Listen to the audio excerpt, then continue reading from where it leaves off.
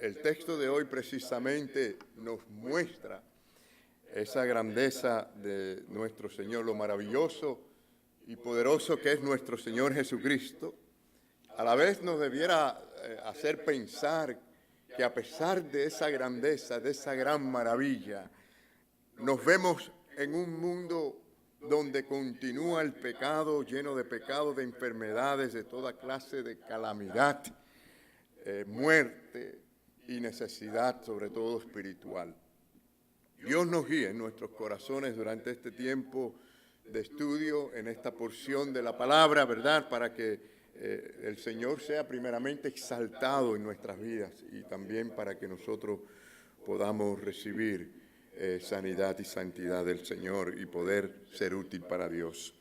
Lo segundo que podemos decir en esta introducción, hermano, es que consideremos la importancia que tiene el trasfondo histórico aquí. Vemos de los primeros 5 versículos, o sea, comienza diciendo que esto ocurre inmediatamente después que Jesús sanó al hijo de un oficial, como ya vimos la semana pasada. Hemos estado yendo en orden y vimos esa tremenda obra de Jesús en la vida de este oficial y la sanidad de su hijo. Y que ahora se celebra una fiesta, la fiesta de los judíos.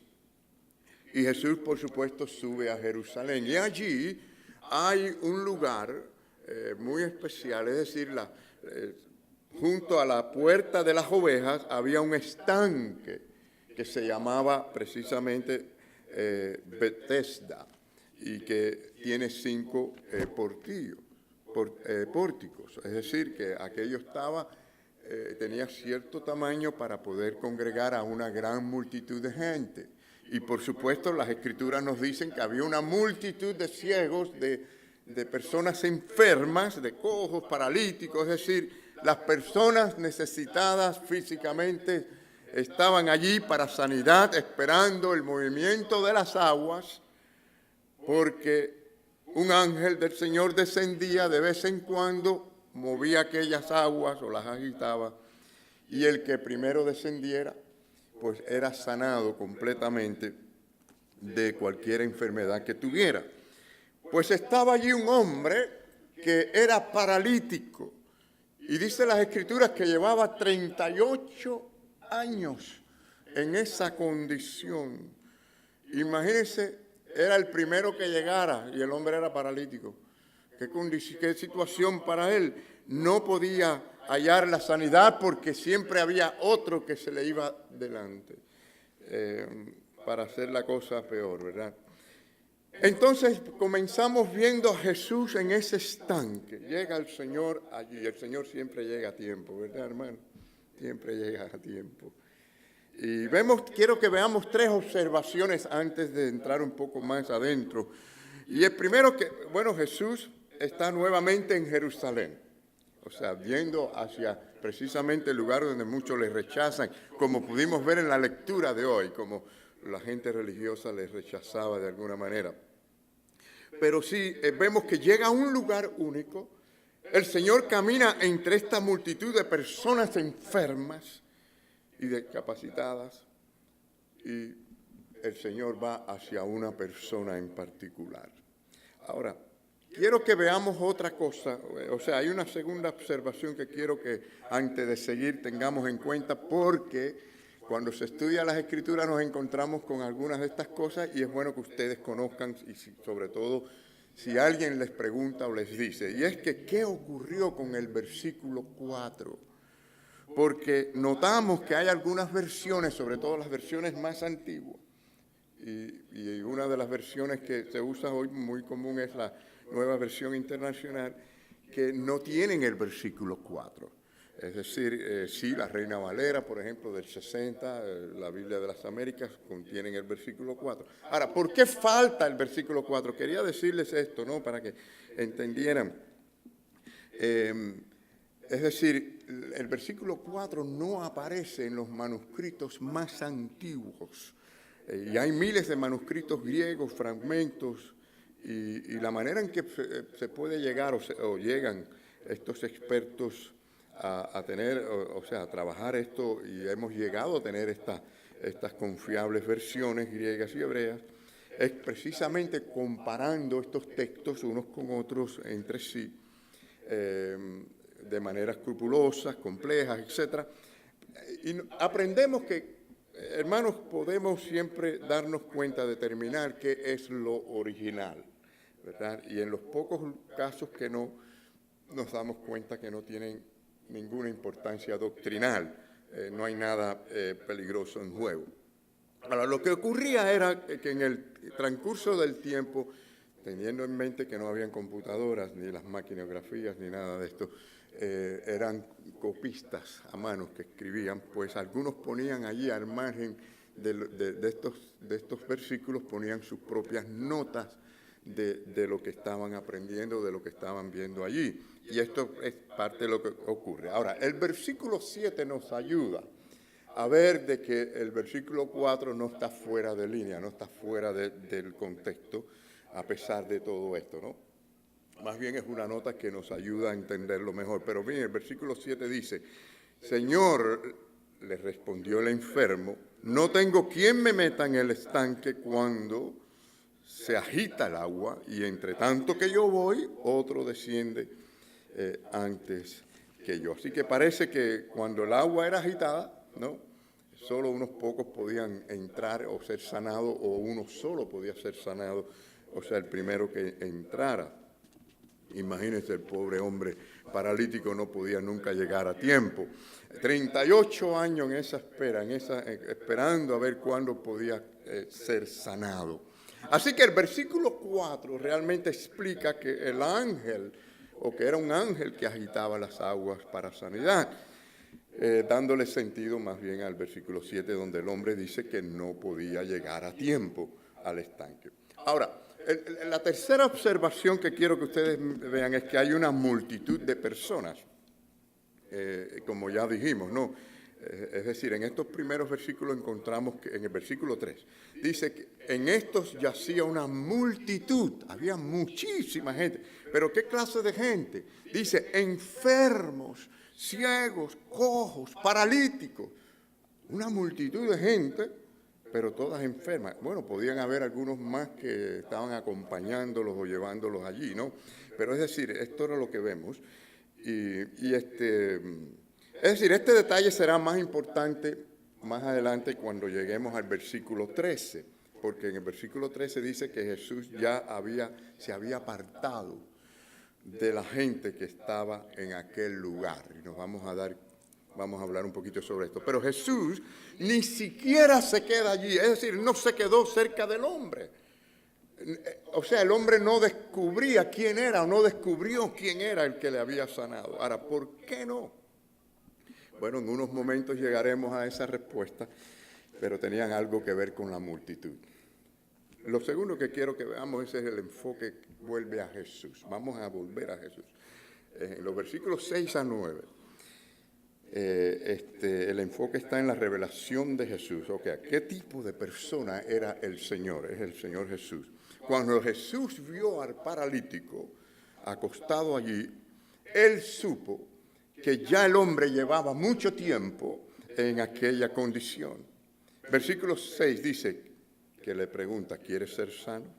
El enfermo respondió, Señor, no tengo a nadie que me meta en el estanque cuando el agua es agitada, y mientras que yo llego, otro baja antes que yo. Jesús le dijo, levántate, toma tu lecho y anda. Bueno, al instante el hombre quedó sanado. Es decir, él tomó su camilla o su lecho y salió andando. Y dice también que era un día de reposo, cosa que vamos a analizar un poquito más adelante, aunque no todo hoy. A mí me parece, hermanos, al ver esto así, que Juan está tratando primero de... O sea, él está mostrando, hay tres cosas que yo veo muy notable aquí que se está tratando de mostrar acerca de Jesús. Se está tratando de mostrar que Jesús es omnisciente, su conocimiento. Se está tratando de demostrar que Jesús es compasivo, tuvo compasión de este hombre. Y a la vez que Jesús es poderoso, es soberano, y que su palabra es poderosa. Volvamos en cuanto al conocimiento de Jesús. Vengan conmigo allí al versículo 6. Dice, cuando Jesús lo vio acostado y supo que llevaba ya mucho tiempo así. Es decir, Jesús conocía la situación de este hombre sin que alguien le dijera nada acerca de él. 38 años dice la palabra aquí, que nos dice que estaba este hombre en esta condición de paralítico, imposibilitado. No podía caminar durante tanto tiempo, allí estaba, y además estaba solo, no tenía quien lo acompañara, quien lo ayudara. Encima de esa enfermedad, encima de tantos años en esas condiciones, experimentaba algo que es tan terrible para los seres humanos, que es la soledad. ¿No creen ustedes, hermanos? La soledad es terrible. La soledad es terrible, porque uno puede estar con un problema, un dolor, una situación, pero tiene gente que le ame, que estén con uno, le anima, le ayuda, ¿verdad? Pero tener soledad también, no tenía quien ni tan siquiera lo ayudara. ¿Qué les parece, hermanos? Así que podía haber una condición peor, terrible condición. Y el hombre estaba allí todavía teniendo, por lo menos, de acuerdo a lo que vemos, tenía esperanza todavía. Miren esto. Ahora, ¿qué es lo que vemos aquí? Que cuando usted conoce a Jesús y mientras más conoce al Señor, más aprendemos de que Él nos conoce a nosotros perfectamente. El Señor sabe todo acerca de nosotros, de usted, y sabe lo que está pasando conmigo, sabe lo que está pasando con cada uno de nosotros perfectamente. Por dentro y por fuera. Sabe lo que estás pensando ahora, sabe lo que vas a pensar luego. Es decir, Él conoce todo lo nuestro. Y hermanos, realmente esto es alentador, pero también es de tener temor, ¿no creen ustedes? Nos alienta que tenemos a un Dios que tiene control porque sabe todo, no se le escapa uno de mis problemas, pero a la misma vez, Él sabe cada pensamiento, Él conoce cada detalle, Él conoce cada pecado, cada desviación, el Señor lo ve todo. También es de temer, hermanos, es de temer. El Salmo 139, un hermoso salmo, nos dice, 2 versículos nos dice que has entendido desde lejos mis pensamientos.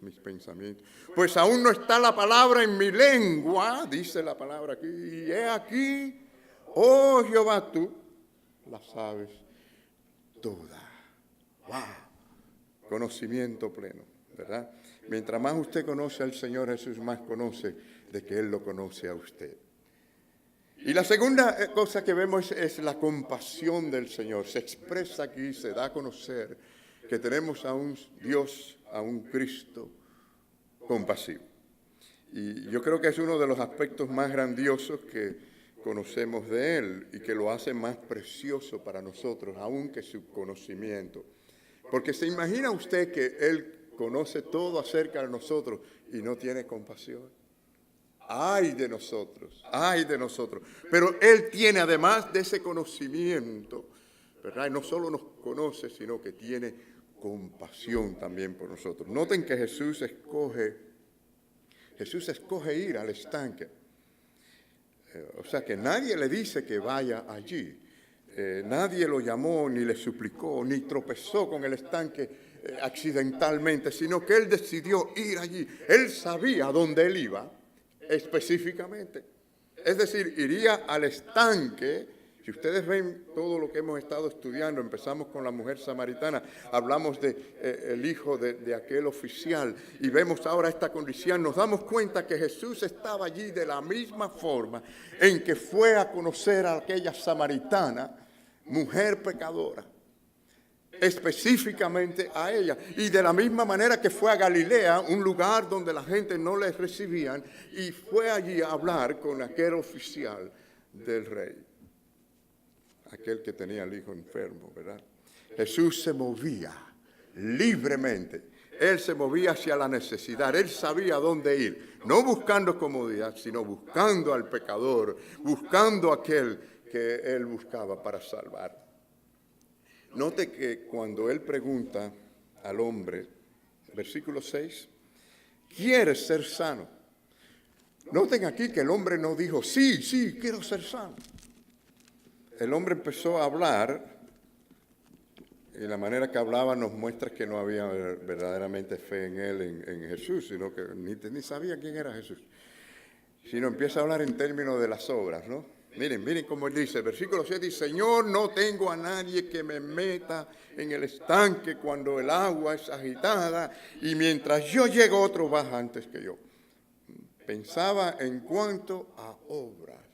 La gente piensa por todos lados que si pudiéramos hacer esto, si yo hubiera hecho esto, si lograra hacer esto, y no pensamos en la obra que Dios puede hacer en nosotros. Jesús ya no le hace más preguntas. Miren cómo llega la gracia a este hombre, o comienza a llegar la gracia en él, que ni tan siquiera él tenía fe de ningún tipo en Jesús. Por eso es que la parte que no se ve siempre es la que vale, ¿verdad? Es la espiritual. La gracia de Dios comienza a obrar dentro y la gente no la ve, pero ocurre dentro del corazón. Jesús le dice simplemente a él, ¿cómo le dice? Levántate, toma tu camilla y anda. No depende del que quiere, no depende del que corre, sino de Dios quien tiene misericordia. Y ahí está la misericordia de Dios obrando con su gracia. Así que parece que esta sanidad no es una respuesta a algo religioso, ¿verdad? No es una respuesta a la fe del hombre. No, es más bien Jesús, por su gracia, sanando a aquel hombre por su compasión. Jesús tiene compasión, aún de los que no creen en Él. ¿Qué les parece? En otras palabras, fue más por la compasión que por la fe de aquel hombre, ¿no? Ni sabía quién era Jesús.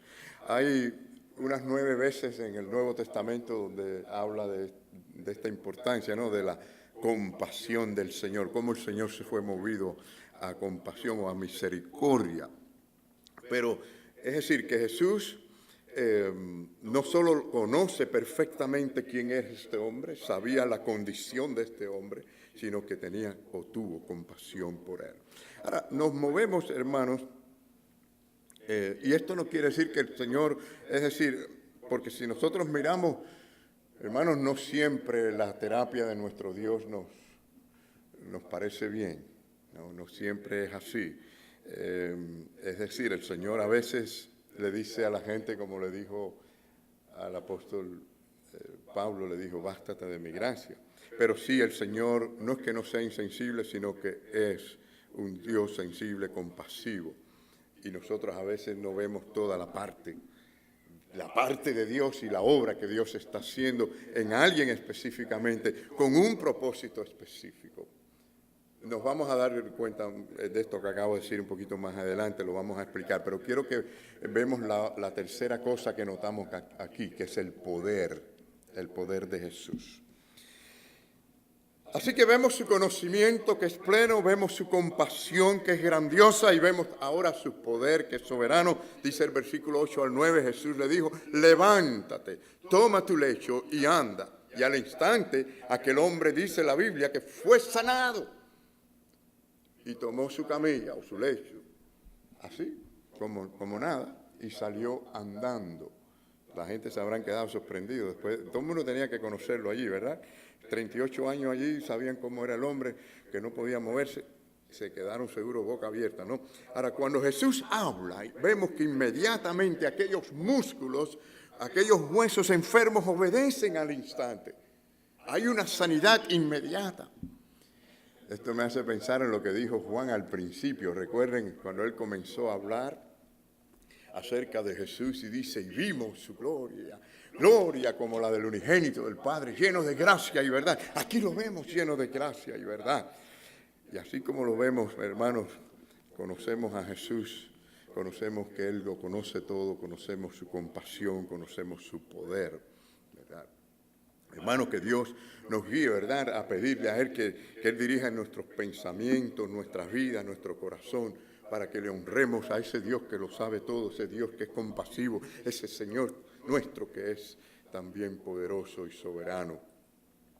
Lo segundo que quiero que nosotros veamos, y a medida que vamos avanzando vamos entendiendo todo más, realmente Jesús en el fuego del conflicto. Miren cómo dice el versículo 9, la segunda parte del versículo 9, parece que hay como una interrupción de pronto. dice, y aquel día era día de reposo. Es como decir, ¿y a qué viene esto? ¿No? Es decir, vemos una historia maravillosa, estamos viendo el conocimiento de Cristo, estamos viendo su compasión, estamos viendo su poder, y bruscamente ahora Juan dice, pero era día de reposo, ¿no? Y estamos pensando en la gloria de Cristo, en lo magnífico que es. Bueno, la pregunta surge, o pudiéramos preguntar, ¿no? ¿De esto se va a tratar realmente el resto de la historia? ¿Va a convertirse en un conflicto sobre qué hacer o no hacer en los días de reposo? ¿Pasará Juan el tema de la gloria de Cristo a las reglas terrenales del día de reposo? Claro que no. El tema más bien, y la mención del día de reposo, vamos a ver, hermanos, que más bien se enfoca aún más o exalta aún más la gloria del Señor Jesús. Y como les dije, no lo vamos a poder ver todo hoy, vamos a dejar una porción para más adelante, pero sí Jesús sabe lo que ha hecho. Sanó un hombre en el día de reposo y le dijo que llevara su lecho como señal de celebración precisamente en ese día. Así que sabía bien que por esta razón habría un tipo de conflicto con los religiosos, con los judíos de aquel tiempo. Vemos aquí que está pasando por el horno de fuego donde forja allí el acero de su identidad. Hermanos, es decir, su gloria resplandecía aún más en el fuego del conflicto. Y así siempre será. Será siempre así, aún en los hijos de Dios y a través de la historia, mientras más grande ha sido la persecución y las pruebas, más han brillado los hijos de Dios. Siempre será así. Entonces, veremos parte de este conflicto nada más hoy, ¿no? Vamos al versículo 10 al 13. Y por eso los judíos le decían al que fue sanado, le decían, es día de reposo. En la segunda parte decían así, del versículo 10, dice, no te es lícito llevar, miren esto, no puedes llevar el lecho. En vez de estar contentos y alegres de que el hombre había sido sanado, ¿no? Es lo primero que uno piensa. Oye, pero qué bueno que estás caminando, gloria a Dios. No, ni eso pensaron ni dijeron, sino, oye, no puedes caminar con el lecho en la mano. Miren hasta dónde llega la ceguera espiritual con toda la religiosidad que podamos tener. Hay que tener cuidado. Versículo 11 dice que él le respondió, el que me sanó, él mismo me dijo, toma tu lecho y anda. Ahora viene la pregunta, y bueno, ¿y quién te sanó, no? ¿Quién es ese que te dijo, toma tu camilla y anda, no? Pero el hombre ni sabía quién era. Seguro que miró para todos lados a ver si lo veía. No sabía quién era. Jesús se fue entre la multitud y se fue. Desapareció. Bueno, note lo más sorprendente. Jesús sanó y desapareció entre los hombres que estaban allí. Es decir, no habían descubierto quién él era y ya se había ido. Ni siquiera el hombre supo quién lo sanó. ¿Significa esto que Jesús no tenía interés o intención de lidiar con la parte espiritual? ¿Significa esto que la gracia de Cristo solamente era para obrar en cuanto a la sanidad física y que no estaba para obrar en la parte espiritual? La respuesta es que no. Y lo sabemos porque el versículo 14 vemos que Jesús halla al hombre. Y yo quiero hacer este énfasis porque el hombre no fue el que halló a Jesús. Dice la palabra del Señor, dice, después le halló Jesús en el templo. Jesús, que no fue una casualidad, así como fue directamente a él, entre una multitud de tantos enfermos, y fue a él, también fue al templo cuando él estaba, y fue a él Jesús para hablarle a él. Ya ahora no se trataba tanto de lo físico. Le dice, ¿cómo le dice? Mira, has sido sanado. ¿Qué más le dice? No peques más para que no te venga alguna cosa peor. Hermanos, ¿oyeron eso? Está fuerte eso, ¿eh? ¿Saben que el Señor es el mismo ayer, hoy y por siempre? Su palabra es la misma. El Señor no ha cambiado, el Señor siempre dice igual. El Señor cuando llama a alguien a salvación le dice, no peques más. Jesús no tenía intención, es decir, de alejarse de este hombre y dejarle solamente con un cuerpo sanado. Le dijo, mira, Tú has sido sanado, pero has sido sanado para ser santificado. ¿Qué les parece? Es decir, yo quiero que vean dos detalles, ¿no? El primero, el propósito de Jesús, que el propósito de Jesús no era sanar a todo el mundo. Aquí es donde quiero volver a esa partecita que les dije anteriormente. Al final del versículo 13 ya vimos que Jesús se alejó de aquel hombre porque había allí una multitud, ¿no? Pero esa multitud era un lugar lleno de gente enferma precisamente, ¿no? Y sin duda vemos que Jesús, con su poder, con su conocimiento, con su compasión, pudo haber sanado a todo el mundo, ¿sí o no? Es decir, si él se hubiera quedado allí, no hay duda que le hubieran caído encima a todo el mundo que estaba allí en necesitado, porque si sanó a aquel paralítico de 38 años, todo el mundo dice, mira, él lo sanó, sáname a mí. Se hubiera formado una bien grande allí, ¿verdad? Pero el Señor, que podía sanar a todo el mundo, no lo hizo. Note lo segundo, ¿no? Jesús busca al hombre en el templo, y le dice el punto real de su sanidad. Es decir, confirma allí este asunto en el versículo 14 cuando le dice, mira, has sido sanado, no peques más para que no te suceda algo peor. Así que, ¿cuál es el problema? Bueno, el problema no es la salud, sino fundamentalmente la sanidad o la santidad en cuanto a la sanidad espiritual. Es decir, te he sanado para hacerte santo, te he sanado para la santidad. El Señor le está diciendo, vuélvate del pecado hacia mí. No sé si usted lo puede ver, pero ahí está en la palabra del Señor. El Señor dice, no peques más. Hay una vida de cambio. El poder mismo de su palabra, hablándole a su interior, dando esa orden poderosa que no peques más, le daba a él el poder para vivir una vida nueva en Cristo Jesús. Y ese es el llamado interno realmente. Ese regalo de la sanidad vino primero antes de que se le diera este llamado, este mandamiento. Es decir, el Señor le está diciendo, tú no te lo ganaste, tú no eras suficiente para tenerlo. Yo te lo di, te lo regalé, te escogí libremente para sanarte y te sané. Ahora, vive este poder, aprovecha el regalo de la gracia gratuita, que es el medio para que seas santo. ¿Cuántos decimos amén a eso? Amén. Sí, amigos y hermanos, Cristo fue claro y advirtió de que si volvería atrás a abrazar el pecado, ese modo de vida que él habrá tenido, además, porque lo que sabemos que era paralítico, pero no conocemos su otra parte interior, Jesús sí la vio, que sería como burlarse realmente de ese regalo de Jesucristo, sería como hacer un ídolo de su salud. Entonces, ¿a qué se refería Cristo cuando le dijo que sería peor no arrepentirse y volverse del pecado? Ahora, yo me pongo a pensar, hermano, y digo, bueno, ¿qué podía ser peor que estar 38 años paralítico y en soledad? Y aparte que tenía, si esta era la condición de él tenía que vivir de la limosna. Habrá pasado hambre, frío, desnudez, cuántas cosas. ¿Qué peor puede ser? Yo creo que la aclaración está más adelante en las mismas palabras de Jesús.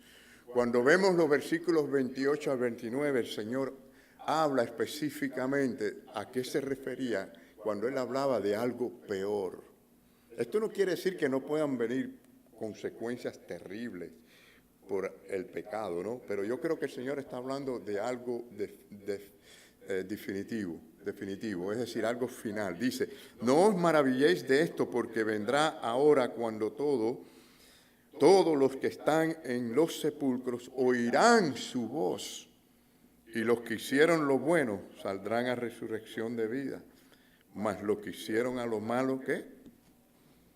A resurrección de condenación. Es lo peor que puede pasar, lo peor que puede pasar. Lo mejor que le puede pasar a una persona perdida estará aquí en el mundo, porque lo peor es lo que viene luego. Al revés con el cristiano. Lo peor que le puede pasar a un cristiano es lo que le pueda pasar en este mundo, porque lo mejor viene luego. En otras palabras, Te he sanado para una nueva vida y para que al final te levantes y te levantes resurrecto con un cuerpo glorificado. Ese cuerpo que te sané no será comparable al cuerpo resucitado. Así que la evidencia de la gracia de Dios en lo interno del hombre es una vida nueva para Cristo. Notemos que Jesús sanó solo a uno. Volvemos al mismo énfasis que hemos tratado de decir. Dios quiera que muchos de hoy que van detrás de las sanidades físicas vean y entiendan realmente esto. Jesús caminó hacia esa inmensa multitud de gente enfermas, ciegos, cojos, paralíticos, demás, como vimos en el versículo 3. En cambio, solo sanó a uno, y desapareció incluso antes que ese mismo se diera cuenta de quién le había sanado. Es decir, deja a multitudes de gente ciegas, allí paralíticas, incapacitadas, las deja atrás sin ser sanadas. Luego encuentra a este hombre en un lugar menos visible, lo escoge y pone su enfoque en él, lo llama y le dice, no peques más. Esta es la idea central, hermanos. Es la gracia de Dios como trabaja donde Él quiere, cuando Él quiere. El viento sopla donde quiere, nadie sabe dónde viene y a dónde va. Así es la obra del Espíritu Santo.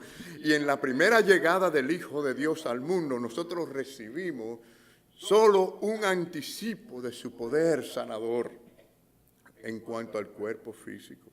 Pero luego, la totalidad, toda la sanidad de todo su pueblo, de toda enfermedad, discapacidades, todo esto será resuelto en la segunda venida del Señor. Es decir, ahora es en parte, pero luego será completo. La sanidad, lo que quiero decir es que la sanidad es la excepción, no la regla. No la regla por ahora, hermanos. No es así.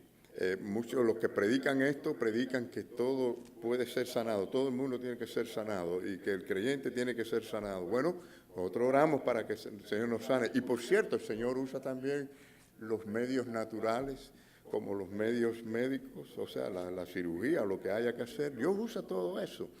Pero también hemos visto y creemos en los milagros, en la sanidad del Señor. Pero sepamos que la mayoría de la gente, de las personas que sufren discapacidades, enfermedades, etcétera, tendrán que sufrirla y lo sufrirán hasta el día que mueran.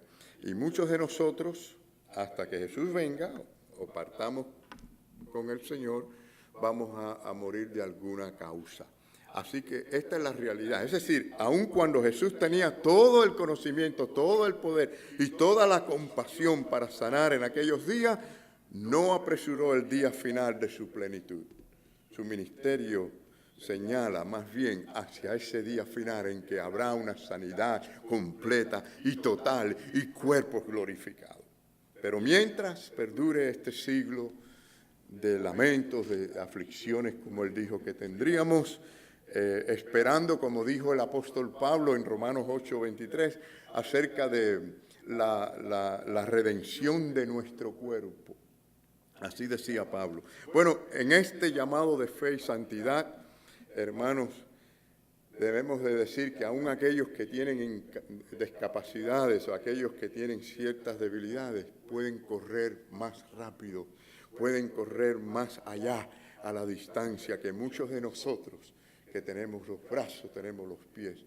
Porque en esta operación lo que cuenta, mis queridos hermanos, es la fe y la santidad delante del Señor. Y bueno, termino diciendo que no hay días libres para Dios, ¿verdad? Aunque vamos a ver los detalles de todo esto la próxima vez, pero sí quiero decirle que el Señor está todavía trabajando. Jesús dijo, mi Padre trabaja y yo trabajo también, a pesar de que era el día sábado, ¿verdad? Lamentablemente no entendieron esto los religiosos de aquellos días, pero la realidad es que la obra espiritual no es para 5 días. No es para 5 días, hermanos, ¿qué creen ustedes? Es decir, Dios hace su obra espiritual y la obra espiritual es las 24 horas, es todo el tiempo, es para los 7 días de la semana. Entonces quiera el Señor que nuestros ojos sean abiertos en esta mañana para reconocer su gloria, su grandeza, su majestad, lo grande que es Él. Nuestro Señor que lo sabe todo. Es un Dios compasivo, hermano, que nos ama y quiere guiarnos y hacer lo mejor para nosotros, y que también es poderoso. Que podamos confiar en Él y que Él nos guíe para que nuestras almas realmente sean sanas y tengamos santidad. Que el Señor nos bendiga en esta mañana.